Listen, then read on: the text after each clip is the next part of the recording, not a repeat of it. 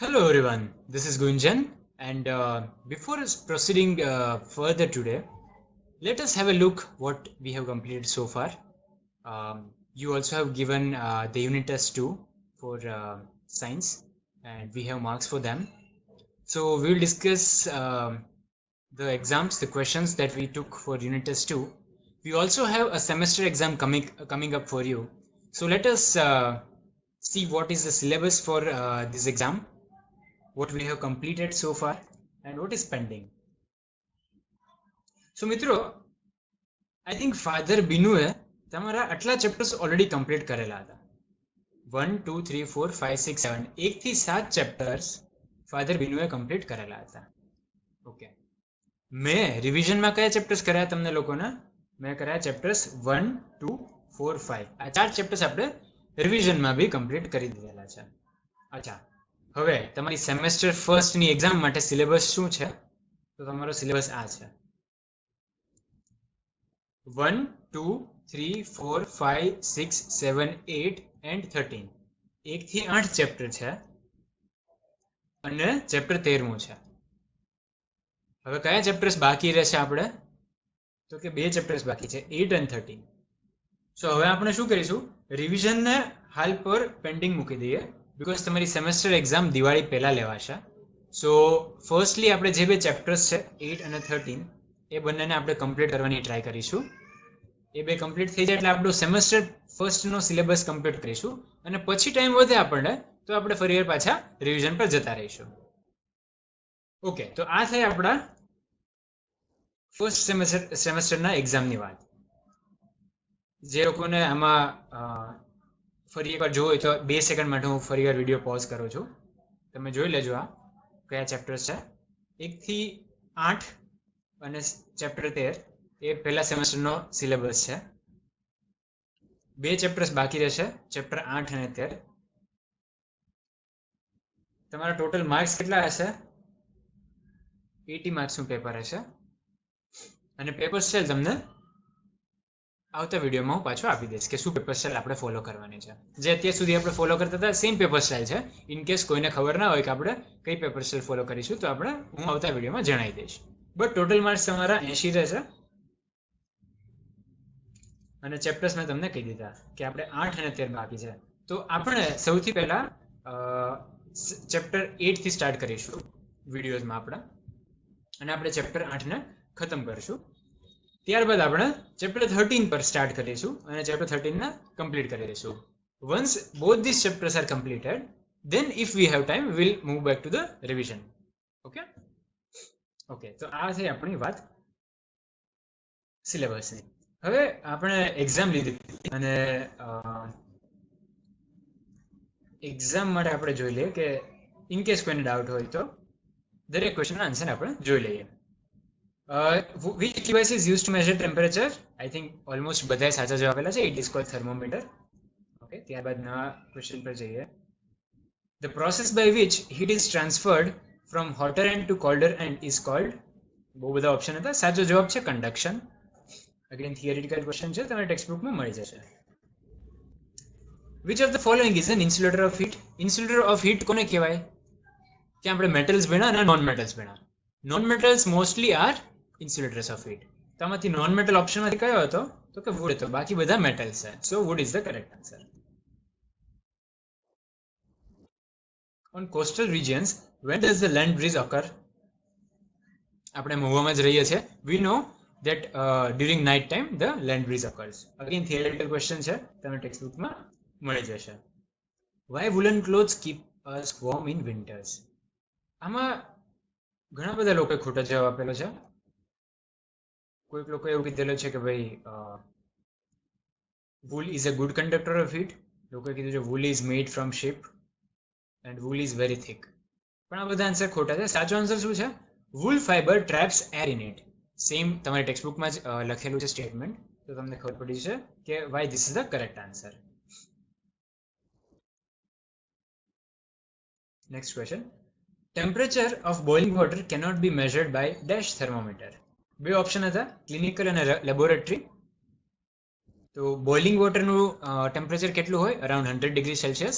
તો એ આપણા clinical thermometer એટલે જે આપણે તાવ માપવા માટે યુઝ કરીએ એનાથી we cannot find it. Hence the correct answer is clinical thermometer.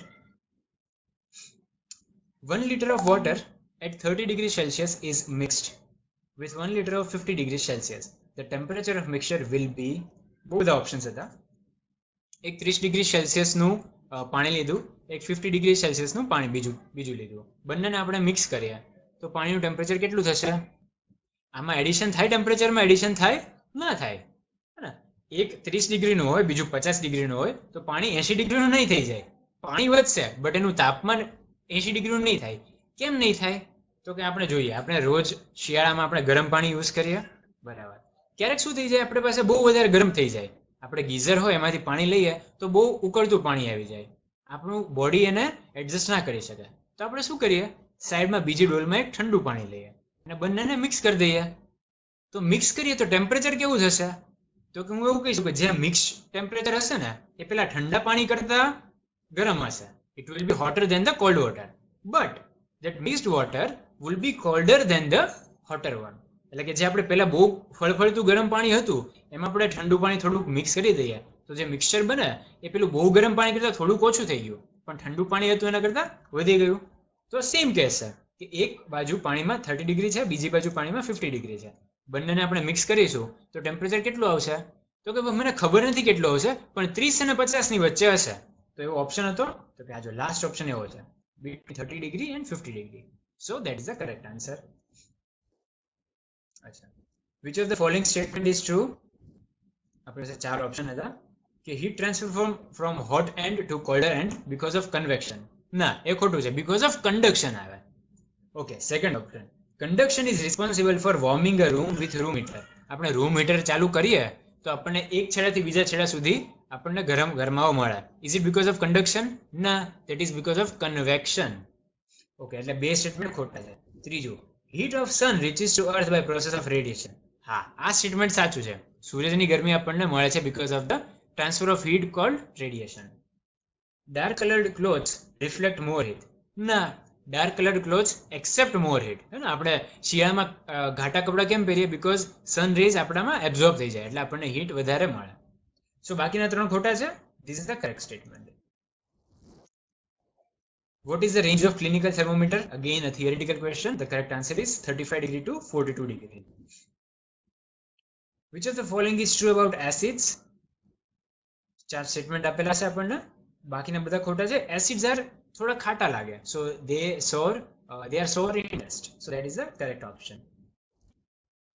Which of the following is true about bases? જેમ આપણે એસિડ નું જોયું એ રીતે બેઝમાં શું આવે તો કે બેઝ આપણને સોપી લાગે. આપણે કદાચ વિડીયો તમે યાદ કરેલો હોય તો મેં કીધું હતું કે આપણો જે સાબુ ઘરમાં વાપરીએ that is nothing but a base. Base સાબુને આપણે ઘસીએ તો કેવું થઈ જાય? સોપી થઈ જાય, હે ને? So that is the correct answer. આગળ વધીએ. What will happen if blue litmus paper is inserted into acid solution? આપણને ખબર છે કે ભાઈ એસિડ સોલ્યુશનમાં મેં તમને યાદ હોય તો તમને કીધેલું હતું કે એસિડ સોલ્યુશનમાં તમે રેડ અથવા તો બ્લુ કંઈ બી નાખો, એન્ડ રિઝલ્ટ શું આવશે? એન્ડ કલર કયો હશે? રેડ જ હશે. એસિડમાં તમે બ્લુ નાખો કે રેડ નાખો, એન્ડ કલર કયો હશે? તો કે રેડ હશે. આમાં આપણે કયું નાખીએ છીએ તો કે what will happen if we insert blue litmus paper? એટલે આપણે બ્લુ લિટમસ પેપરને ઇન્સર્ટ કરીએ તો શું થઈ જશે? It will get converted into red. Mostly બધાનો સાચો આન્સર છે. 68 લોકોએ સાચો આપેલો છે. ઇન કેસ જેને ના આપેલો હોય તો જોઈ લેજો કે બ્લુ લિટમસ પેપર રેડમાં કન્વર્ટ થઈ જશે. Which of the following are natural indicators? તો કે આમાં બી આપણી પાસે ચાર ઓપ્શન હતા. ટર્મરિક એટલે કે હળદર, ચાઇના રોઝ અને લિટમસ. આ ત્રણેય બધા નેચરલ ઇન્ડિકેટર્સ જ છે. એટલે આપણો ચોથો ઓપ્શન શું છે? All of the above. એટલે કેટલાક મિત્રો એવા છે કે જેમને એક આન્સર જોઈને તરત જલ્દીથી સિલેક્ટ કરી દીધો કે ભાઈ મને એક સાચો આન્સર ખબર પડી ગઈ. એવું નહીં કરવાનું. એક્ઝામમાં આપણે બધા ઓપ્શન જોવાના. બધા ઓપ્શન ક્યાં ક્યાં છે બીજા? તો કે all of the above B option હતો. તો આમાં સાચો આન્સર શું છે? All of the above. એટલે ખાસા લોકોએ ભૂલ કરી છે, પણ કશો વાંધો નહીં. અને એ લોકો ખોટા નથી કેમ કે બધા આન્સર સાચા જ છે, પણ છેલ્લો ઓપ્શન એવો બી હતો ને કે ઓલ ઓફ ધ અબવ, એટલે આપણે એને સિલેક્ટ કરવો પડશે. Okay. Which acid is found in ant string? Again, it's a theoretical question. Answer we all know. It's formic acid. So that is the correct answer. When a salt is added to acid solution, the reaction is called. Okay, when acid is added to acidic solution, when salt is added to acidic solution, the reaction is called neutralization reaction. True or false? ના, salt ને આપણે acid સોલ્યુશનમાં નાખીએ તો એને ન્યુટ્રલાઇઝેશન reaction ના કહેવાય. ન્યુટ્રલાઇઝેશન reaction કોને કહેવાય? તો કે એસિડમાં બેઝ એડ કરો ને એવા રિએક્શનને ન્યુટ્રલાઇઝેશન રિએક્શન કહેવાય. એટલે આ સ્ટેટમેન્ટ ખોટું છે. એટલે ઘણા લોકો એમાં ભૂલ કરે છે, કન્ફ્યુઝ થઈ ગયા છો, પણ તમને સાચો આન્સર ખબર પડી ગઈ. ઓકે, આગળ વધીએ. Nitric acid turns blue litmus paper red. True or false? Again, એસિડમાં તમે લિટમસ પેપર નાખો તો એન્ડ રિઝલ્ટ શું આવશે? રેડ આવશે. સ્ટાર્ટિંગમાં આપણે કયું નાખ્યું છે? Blue litmus paper. તો બ્લુ લિટમસ પેપર રેડમાં કન્વર્ટ થઈ જશે. તો આ સ્ટેટમેન્ટ તો સાચું છે. So that is the correct answer. Okay, next. If a solution of a compound turns red litmus paper blue, what would be the nature of that compound? હવે આપણે ઊંધો ક્વેશ્ચન કર્યો કે મને ખબર નથી કયું સોલ્યુશન છે, પણ એ સોલ્યુશન મેં એક રેડ લિટમસ પેપર ઉપર નાખ્યું તો એ રેડ લિટમસ પેપર બ્લુમાં કન્વર્ટ થઈ ગયો. તો એ સોલ્યુશન કયું હશે? તો કે બ્લુ જો રેડમાં કન્વર્ટ થાય તો એ એસિડ હશે, બટ અગર રેડ બ્લુમાં કન્વર્ટ થાય તો એ કયું હશે? તો કે બેઝિક સોલ્યુશન હશે. તો આપણો આન્સર શું હશે? salty, gas, acidic કે basic? So basic is the correct answer. Next question. Both acids and bases change their color of all indicators. True or false? Question એવું કહેવા માંગે છે કે ભાઈ એસિડ અને બેઝ બંને બધા ઇન્ડિકેટર વખતે કલર ચેન્જ કરશે. એ સાચું છે કે ખોટું? તો કે ખોટું. કેમ? તો કે તમને ખબર છે કે ભાઈ તમે લિટમસ પેપર યુઝ કરશો તો હું રેડ લિટમસ પેપર બેઝમાં એડ કરીશ તો એ બ્લુમાં કન્વર્ટ થઈ જશે, અથવા તો બ્લુ લિટમસ પેપર એસિડમાં એડ કરીશ તો એ રેડ કન્વર્ટ થઈ જશે. પણ રેડ લિટમસ પેપર હું એસિડમાં ને એસિડમાં નાખું તો એનો કલર ચેન્જ થશે? ના, નહીં થાય. અચ્છા, હું હળદર વાળું પાણી એટલે કે ટર્મરિક સોલ્યુશન છે એમાં હું એસિડ એડ કરું તો ટર્મરિક સોલ્યુશનનો કલર ચેન્જ થશે? નહીં થાય. ટર્મરિક સોલ્યુશનનો કલર રેડ ક્યારે થશે? જો એમાં તમે બેઝ સોલ્યુશન નાખશો તો, હે ને? એટલે બધા ઇન્ડિકેટર વખતે કઈ એ લોકો કલર ચેન્જ નથી કરતા. કોઈ સ્પેસિફિક દરેક ઇન્ડિકેટર હોય એને સ્પેસિફિક એક એસિડ અથવા બેઝ એડ કરો તો જ એ લોકો કલર ચેન્જ કરશે. એટલા માટે આ સ્ટેટમેન્ટ ખોટું છે. Okay. What causes indigestion? We know again it is a theoretical question. આપણે ટેક્સ્ટ બુકમાં છે કે એક્સેસ અમાઉન્ટ ઓફ એસિડ વધી જાય આપણા પેટમાં તો અપચો થઈ જાય, ઇન્ડાઇજેશન થઈ જાય આપણને. Another question, I think આમાં લોકોને પ્રોબ્લેમ્સ હતો, but don't worry. Acid plus base નો સાચો આન્સર છે salt plus water. As you can see સાચો answer is salt and water. હવે જેટલા લોકોએ જવાબ આપેલો છે એ બધા સાચા છે. લગભગ 50 લોકોએ કરેક્ટ રિસ્પોન્સ આપેલો છે. ઇન કેસ તમારો પહેલા ખોટો હશે તો ડોન્ટ વરી, પહેલા ગૂગલ ચેક કરે પછી પાછા પેપર મેં બી ચેક કરેલા છે, એટલે આ તમારો કરેક્ટ છે. એટલે જો તમે આ આન્સર આપેલો હશે ને તો તમારે પહેલા જેટલા માર્ક તમને બતાવતા હતા સબમિટ કર્યા ત્યારે એમાં 1 માર્ક એડ થઈ જશે આનો, અગર આ સાચો હશે તો. ઓકે, આગળ વધીએ. Which of the following would be true about calcium hydroxide? Calcium hydroxide શું છે? તો કે કેલ્શિયમ હાઇડ્રોક્સાઇડ બેઝ છે. ઓકે, એટલે આપણે પહેલા મગજમાં એ રાખવાનું કે calcium hydroxide is a base. અને આગળ વધીએ કે it will turn blue litmus paper red. ભાઈ બેઝ બ્લુ લિટમસ પેપરને લાલ ટર્ન કરી દે? ના. કોણ કરે? એસિડ. આ એસિડ છે? ના, તો બેઝ છે. એટલે પહેલું સ્ટેટમેન્ટ ખોટું છે. આગળ વધીએ. It will turn turmeric solution two blue. બેઝમાં ટર્મરિક સોલ્યુશન એડ કરીએ તો બ્લુ કલર આવે? ના. તમે થિયરી વાંચો તમારી ટેક્સ્ટ બુકમાં તો કહેશે કે ભાઈ બેઝને તમે ટર્મરિક સોલ્યુશનમાં નાખો તો રેડ કલર આવશે. Well, again, that is a wrong statement.